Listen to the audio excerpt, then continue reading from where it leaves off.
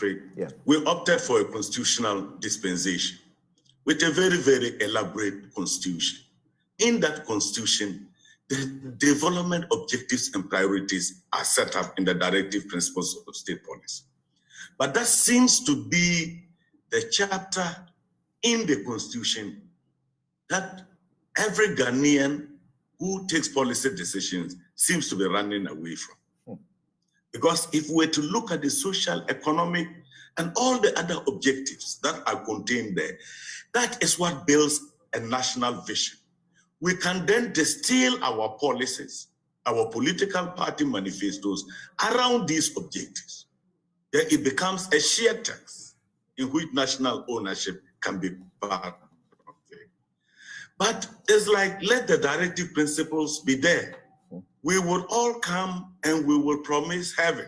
We will promise things that the Constitution itself anticipates are not feasible within the Ghanaian context.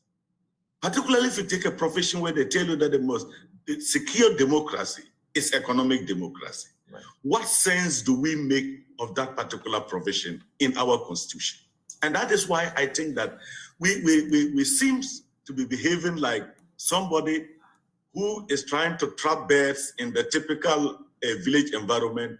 He catches one bird and goes to put it in the cage and leaves the cage open and go chasing after other birds that are not in the cage. By the time he gets back, the birds in the cage have also left. And the person is involved in an exercise in futility. Let's get a think tank and distill and put into practical form what exactly the objectives in our directive principles for state policies. Secondly, and in a very brief form, let's not celebrate this concept that winner takes all in a democratic dispensation. There is no taking in a democratic system. There is service.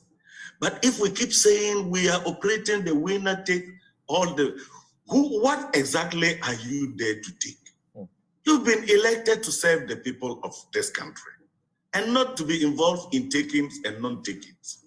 And so when the fight between political parties is about who is taking more than the others, you hear the criticisms on one side, and it is like, if we allow this taking to continue, by the time we come, it's finished. Now, when you start debating and engaging national issues from this purely parochial perspective, you are going to have a problem.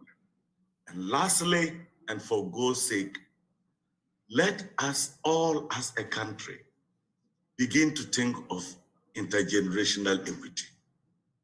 That what we have come to meet, we should anticipate that another generation should benefit from it, from even an improved context. Okay. But what we are doing now is just dissipating even what nature has given us, dissipating what our forebears have put in place in terms of basic social infrastructure, and even now dissipating ourselves in the political arena.